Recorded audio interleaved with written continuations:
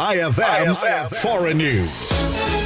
Idiniklara ng World Health Organization bilang isang public health emergency of international concern ang panibagong pagkalat ng Ebola sa Democratic Republic of the Congo matapos makapagtala ng mahigit 246 na hinihinalang kaso at 80 nasawi sa lalawigan ng Ituri. Gayunman, nilinaw ng WHO na hindi pa ito maituturing na pandaigdigang pandemya. Ayon sa WHO, ang kasalukuyang outbreak ay dulot ng Bundibugyo strain ng Ebola virus na wala pang aprobadong bakuna o gamot. Kabilang sa mga unang sintomas nito ang lagnat, pananakit ng kalamnan, pagkapagod, sakit ng ulo at lalamunan bago humantong sa pagsusuka, pagtatae, pantal at pagdurugo. Naitala na rin ang kumpirmadong kaso sa kabisera ng Kinshasa at sa lungsod ng Goma habang dalawa namang kaso ang naiulat sa karatig bansang Uganda. Dahil dito, naghigpit na rin ng border screening ang Rwanda bilang pag-iingat laban sa posibleng pagkalat ng virus. Nagbabala si WHO Director General Dr. Tedros Adhanom Ghebreyesus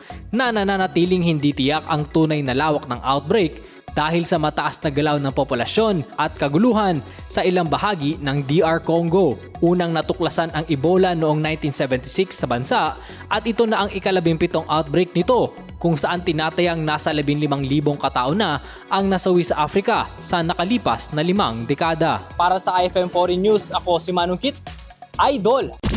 IFM News.